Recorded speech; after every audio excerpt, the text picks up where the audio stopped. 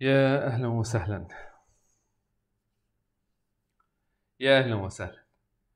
أم، طيب زي ما احنا عارفين بقى اللايف بتاعنا يوم الأحد الساعة 8 كل أسبوع. والهدف من اللايف ده دايما بنتكلم على الفاينانشال ليترسي أو المعرفة المالية. انت عايز تعرف ايه عن الفلوس، هتعمل بيها ايه، وهنعرف نجيبها منين، يعني ايه مصادر الدخل زي ما بيقولوا، اصرفها ازاي، اعدل المايند سيت بتاعي وانا تفكيري في الفلوس بيبقى ازاي. والمثلث ده هيدينا نتيجة اساسية، وهي انه في كاش فلو، في تدفقات نقدية. انا دايما بقول انه خليك انت كشخص زيك زي الشركات. الشركات دايما الشركات دايما تهدف للربح. انت كمان لازم يبقى عندك المايند سيت بتاع ان انا بهدف الى الربح. وايه الربح اللي انا بهدف ليه دايما؟ انا بهدف للربح ان يبقى معايا فلوس. معايا فلوس ليه؟ هو ده دايما السؤال، وده اللي احنا يمكن هنتكلم عليه في المايند سيت. ليه عايز انا يبقى عندي فلوس؟ عايز عندي فلوس عشان مش مجرد ان انا اوفي طلباتي او احتياجاتي. انا بقابل في حياتي دايما هنقول مطبات مالية او وقعات مالية. فيبقى عندي دايما باك اب، عندي مخزون. طول ما انا عندي مخزون من الحاجة دي، من الفلوس، طول ما انا مرتاح نفسيا لما تحصل الازمات. وكنت قلت لكم، حكيت المرة اللي فاتت في اللايف اللي فات على انه قد ايه انا معايا ناس اعرفها في خلال الازمات اللي احنا بنمر بيها حاليا وعلى فترات مختلفة. يعني على سبيل المثال الأزمة المالية في 2008، في 2016، في الأزمة الوضع اللي احنا فيه. كل ده أصبح إنه الناس دي عايشة مرتاحة.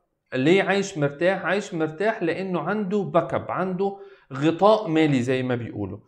العجز أو التأثيرات اللي حصلت على الوضع الاقتصادي، هو عنده مخزون. المخزون ده مش هنتكلم فيها بقى بقيمته الاقتصاديه وكلام من ده، مش هتكلم في كده. هتكلم ان انت كشخص، كبيرسون كده، انت حصل لك ان انت اي عجز عندك انت مغطيه. فبالتالي عايش مرتاح. في موضوع مختلف جدا على انك انت بتلهث دايما، بتجري دايما ورا ان انت تحصل او تسد العجز، وغير ان انت شغال مرتاح براحتك خالص، بتقدر تفكر وتقدر تاخد القرار الصح في الوقت الصح. فكان ده الهدف من اللايف اللي احنا بنطلعه كل حد الساعة 8، وهو الفاينانشال ليترسي او المعرفة المالية. وعايزين زي ما بيقولوا في محو الأمية. انا عايز اقول انه في محو الأمية او محو الجهالة المعرفية بالمال، الفلوس. اعمل فيه ايه؟ قلت المثلث بتاع المعرفة المالية، وهو عبارة عن الانكم والاكسبنس. ايه الدخل اللي جاي لك وجاي المصروف. وهنتكلم في اللايف اللي جاي واللي بعده في تفاصيل الموضوع ده. ولكن النهارده بالاخص انا الفيديو بتاعي او اللايف بتاعي متشكل في المصروف. ليه؟ لان بمنتهى الامانه في الوضع اللي احنا فيه، او في الفتره اللي احنا فيها دي، يمكن شويه بند المصاريف هو بند اساسي، بند مؤثر معانا. فبالتالي مش هقول ان احنا يعني مش هقول انه في مشكله، هقول ان احنا دايما محتاج تبقى prepared، تبقى جاهز للوضع ده، عشان ما تقابلش المشكله دي ويحصل عندك عجز رهيب جدا في الفلوس.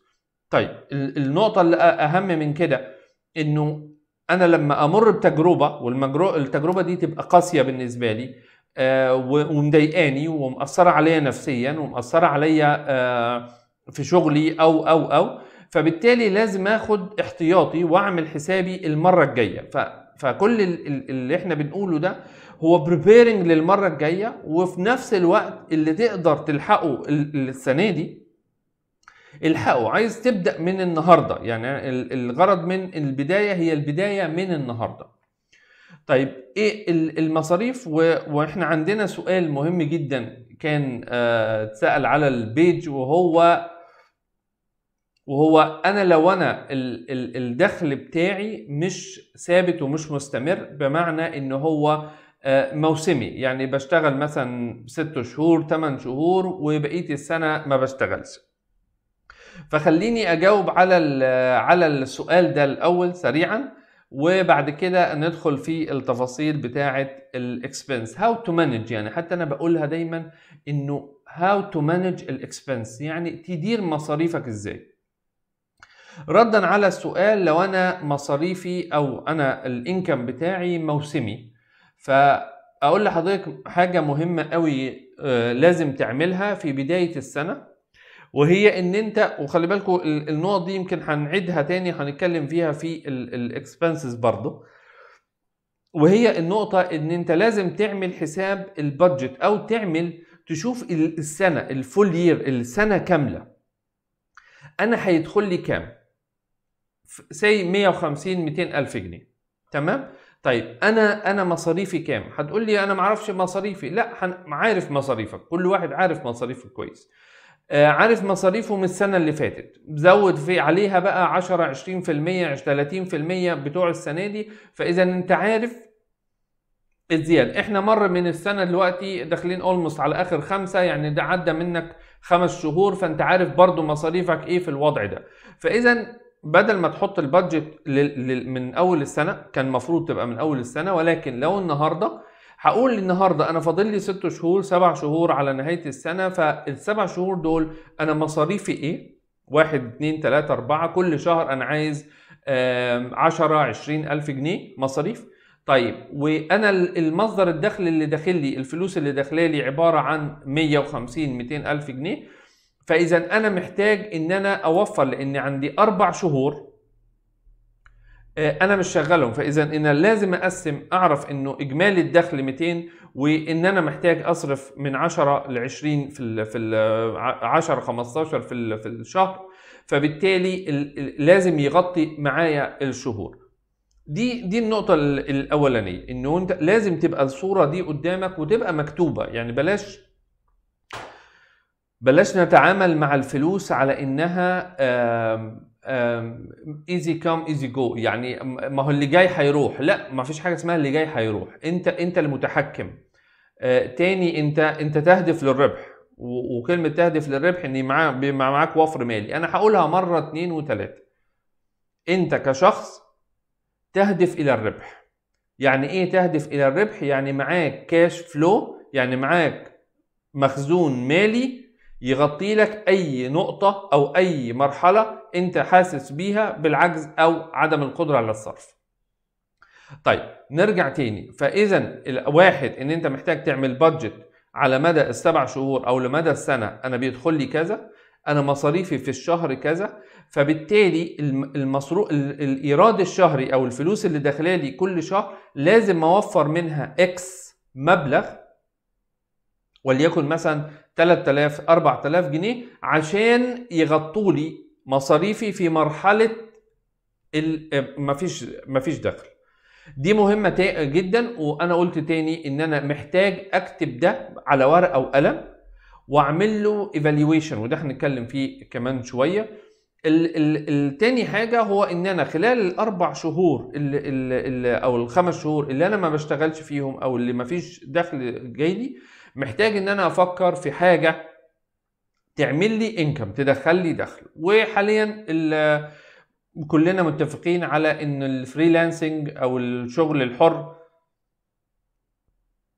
بيساعد جدا، بيساعد ان انت تعمل شغل، مش لازم تبقى موظف بوقت كامل، او ان انت بتدي وقتك كامل.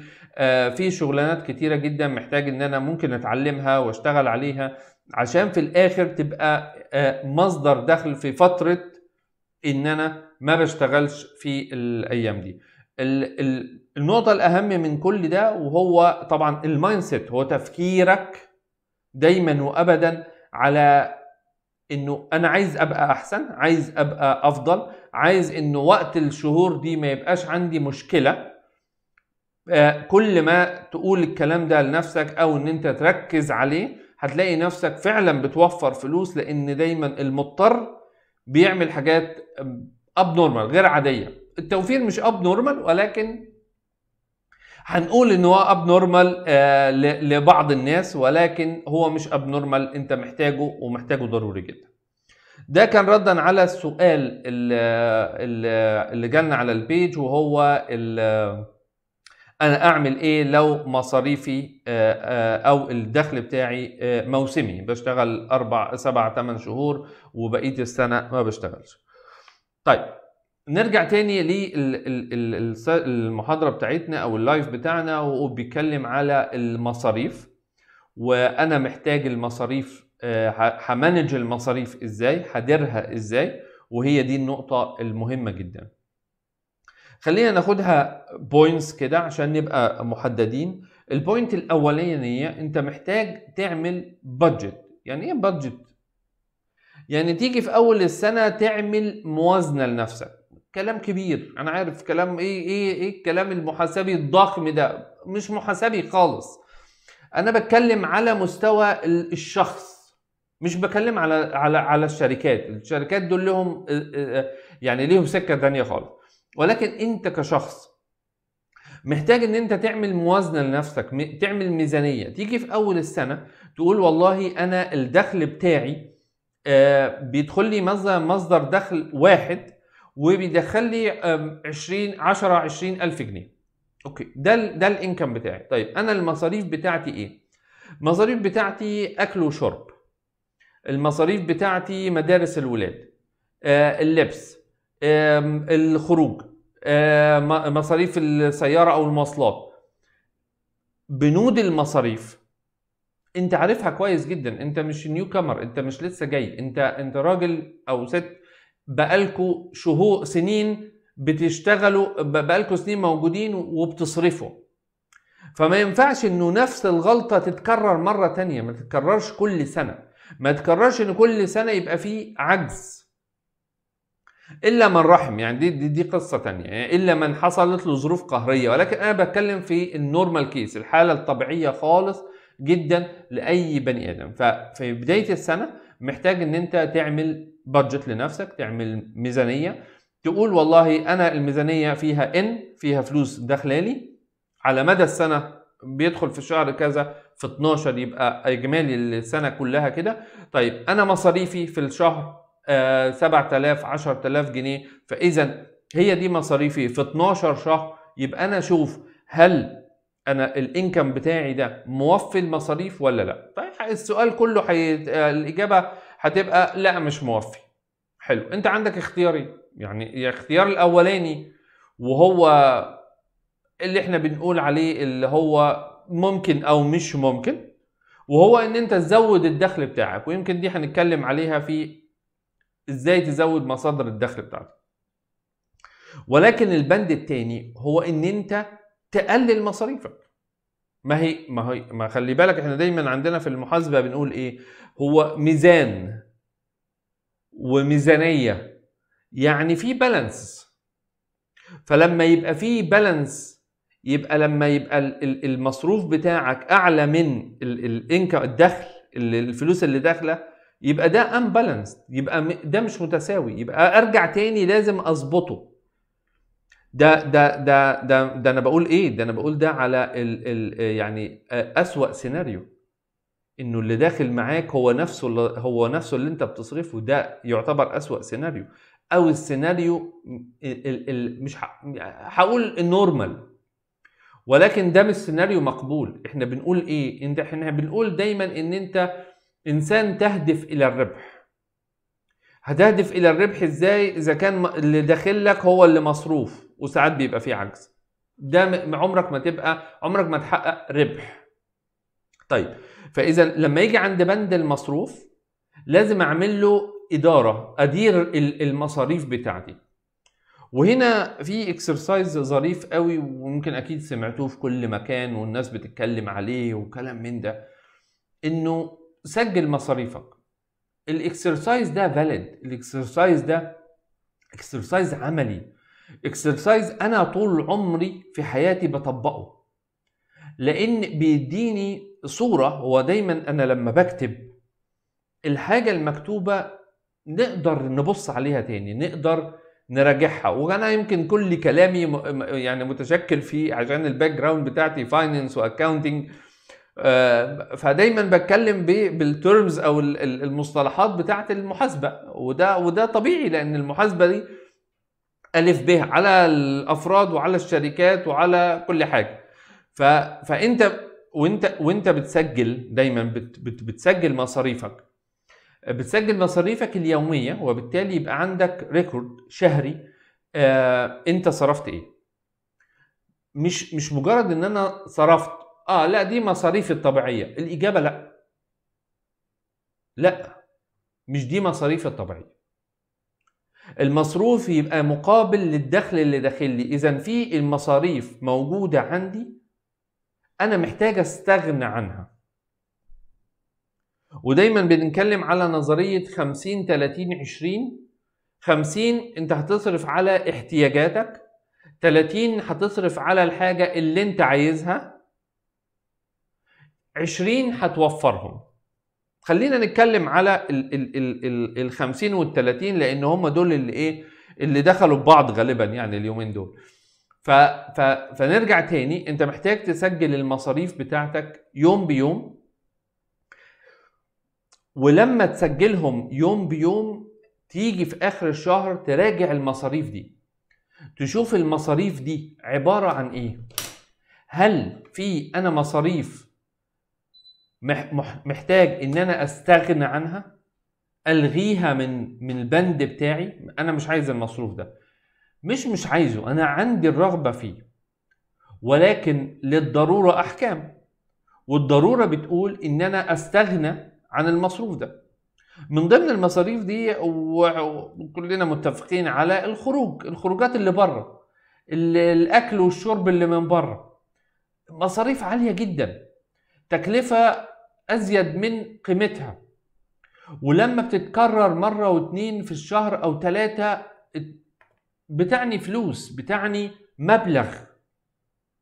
انت ممكن تكون مستسهل ال 100 جنيه او ال 150 جنيه اللي بتدفع مثلا على سبيل المثال يعني يوميا في اكل وشرب، اللي هو انا بفطر واشرب حاجة. ف 150 او 100 جنيه في 30 حضرتك انت عديت 3000 جنيه في الشهر من مصاريفك في حاجة انت كان ممكن توفرها لو شربت المشروب ده في البيت.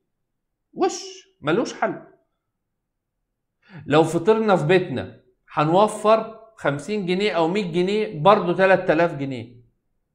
المصروف يبدو صغير، ولكن لما بيجمع يوميا، لما بيجمع على مدى الشهر، لما بيجمع على مدى ال6 شهور، لما بيجمع على مدى السنة هتلاقي ان انت بتصرف مبلغ رهيب. تخيل بقى 3000 في 12 شهر، يعني 36,000 جنيه في نهاية السنة في أكل وشرب. أنت مدرك الحجم؟ متخيله معايا؟ يعني شايف إن الحجم ده نورمال طبيعي؟ الإجابة لا. في المواصلات، الترانسبورتيشن، العربية. عندي النهاردة بنزين عربية، اقلل مشاويري، ما اعملش المشوار الا للضروره، ما اخرجش المشوار الا اذا كان في المشوار ده مثلا بيغطي كذا مرحله او كذا مكان عايز اروحه، بحيث ان انا اغطي كل المصاريف دي. يعني يبقى المصروف البنزين ده رايح على ال3 اماكن في يوم واحد، مش كل يوم انزل وبعدين ارجع اشتكي. ما هي النقطة دي، ان انت لما تعمل مانجنج او تدير مصاريفك كويس جدا هتعرف توفر منها. ولما توفر منها تقدر تخلي تعمل تاني. انا مش هتكلم عن التوفير خالص، انا بتكلم لحد دلوقتي على ان انت تعمل بالانس ما بين الفلوس اللي داخله والفلوس اللي خارجه. فقلنا واحد مهم قوي ان انت تكتب كل مصاريفك، تراجعها كل شهر، تشوف ايه المصروف اللي ممكن تستغنى عنه وبالتالي يوفر معاك، علم عليه، والشهر اللي جاي يتلغي. الشهر اللي جاي يتلغي، ملوش لازمه خلاص. طيب اعمل ده كل شهر. خلي بالكم من حاجه، احنا قلنا في الاول هعمل موازنه. يعني ايه هعمل موازنه؟ يعني هقول انا تقديريا في اول السنه، تقديريا خلال 23 انا فلوس هتخش لي مبلغ، ومصاريفي كل شهر مبلغ، في 12 شهر يبقى ده الاجمالي بتاعي. حلو. اعمل ايه كمان؟ اعمل بما ان انا بكتب المصروفات الفعليه بقى شهر بشهر، يبقى انا محتاج كل 3 اشهر، احنا دايما في المحاسبه بنسميها كوارتر ريفيو، يعني المراجعه الربع سنويه.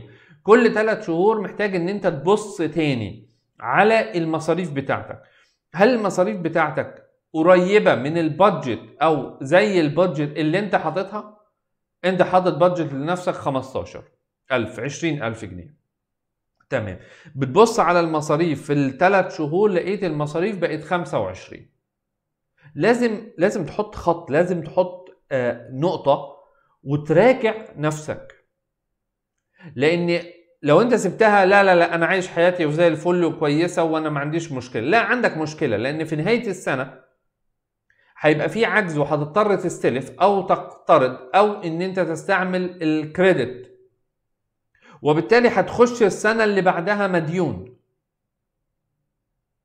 مفيش مؤسسة بتهدف للربح وعايزة تنجح تاني، مفيش مؤسسة، مفيش شخص بيسعى للربح والمكسب ويطلع من سنة لسنة مديون.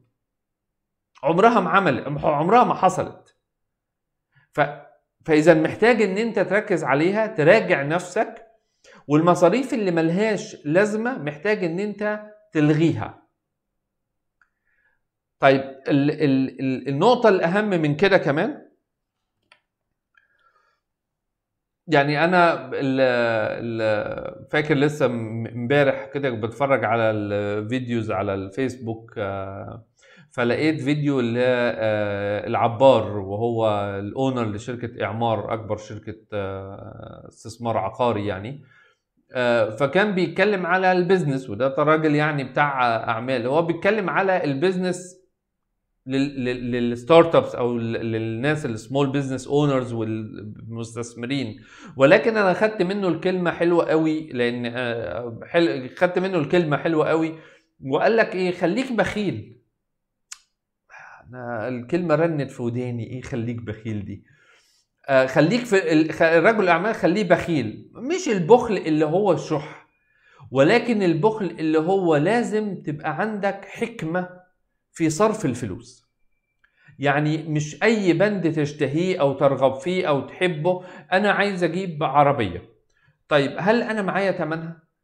هل معايا القسط بتاعها؟ طيب السؤال بقى، هل لو معايا القسط، هل معايا على اللونج رن، على المستقبل كده، يغطي القسط ده؟ اسئلة كتيرة جدا محتاج تسألها لنفسك، مش مجرد ان هواك او رغبتك قالت لك ان انا عايز اجيب عربيه حديثه وعربيه كبيره وعربيه الاوبشنز بتاعتها فول اوبشن وبتطير وبتنزل الميه وبتطلع ومش عارف وايه الامكانيات اللي جواها.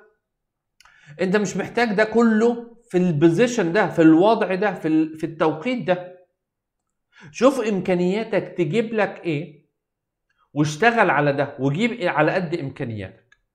ليتر اون بقى لما تحقق ربح وتبقى بتحقق مكاسب ضخمه جدا، يبقى جيب العربيه السوبر دي اللي هي بتمشي لوحدها، هيبقى ساعتها معاك فلوسها او معاك اللي يغطيها. فاذا اصبح الفكر بتاع المستثمر او الفكر بتاع رجل الاعمال انت محتاج ان انت تستعمله كشخص.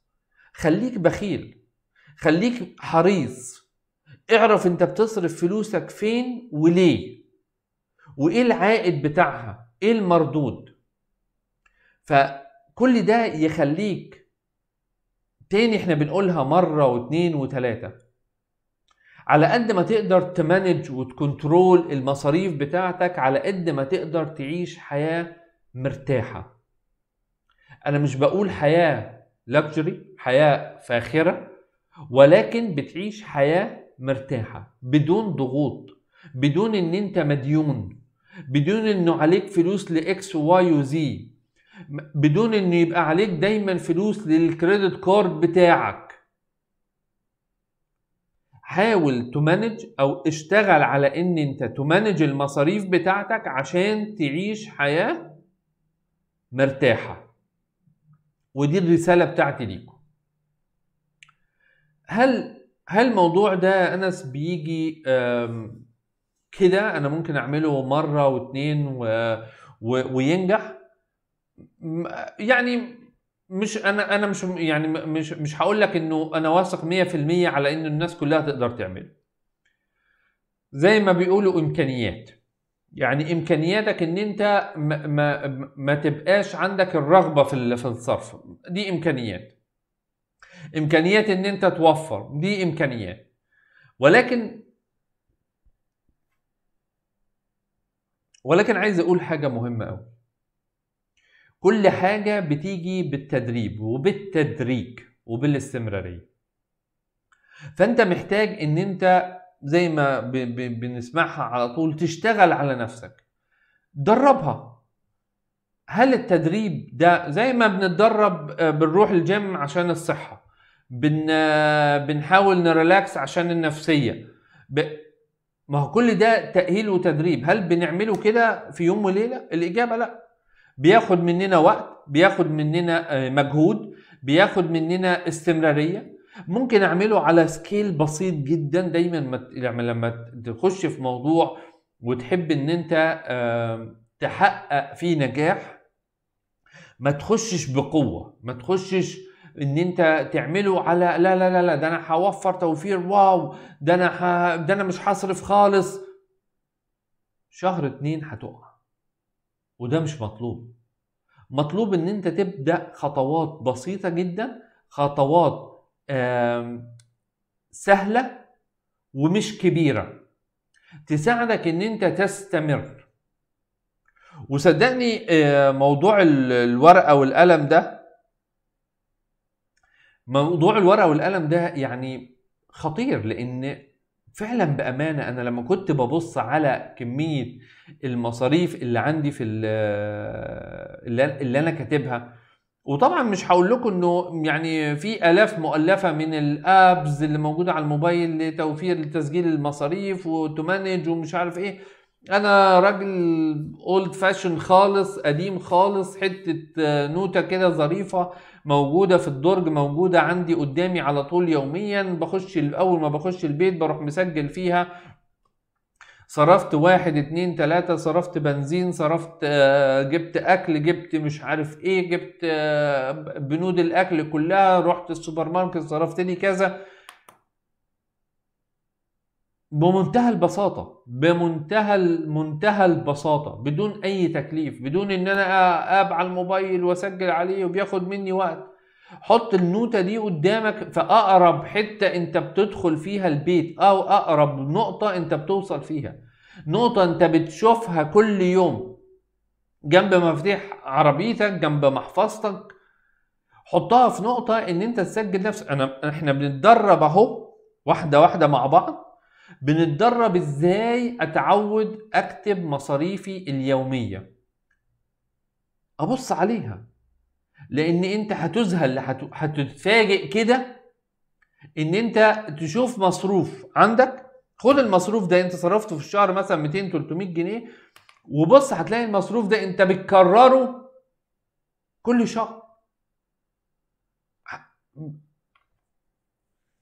مبالغ، ارقام.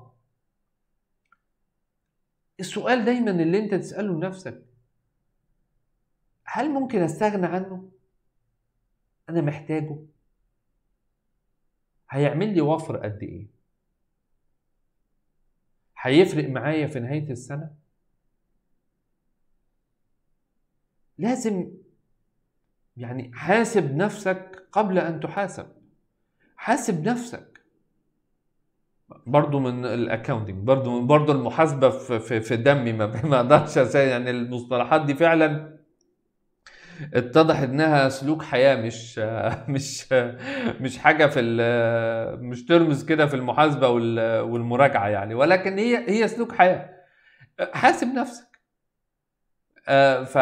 فمهم جدا ان انت تحاسب نفسك قبل ما تنتهي بيك السنة او تنتهي بيك الفترة وانت مديون ومستلف، او انه اللي مصروف، الاسف الفلوس اللي داخله زي اللي صرفتها بالملي. احنا بنسميها في المحاسبه والمراجعه انت ات ريسك، انت في حاله خطر. لان لو حصل عندك اي دروب او اي ازمه ماليه او اي مشكله او اي احتياج للمال، ربنا يعافينا، لسبب مرض، لسبب حادثه، حياتنا مليانه مفاجآت. فلما يحصل لك مفاجأة من المفاجآت دي وانت اللي داخل زي اللي خارج، يبقى انت ات ريسك، انت عند شعرة الخطر. لازم دايما تكون متعديها، لازم تكون باي باس، معدي المرحلة دي، معدي الخط ده. من ضمنها عشان نكلوز اللايف النهارده، بنود المثلث الفاينانشال ليترسي.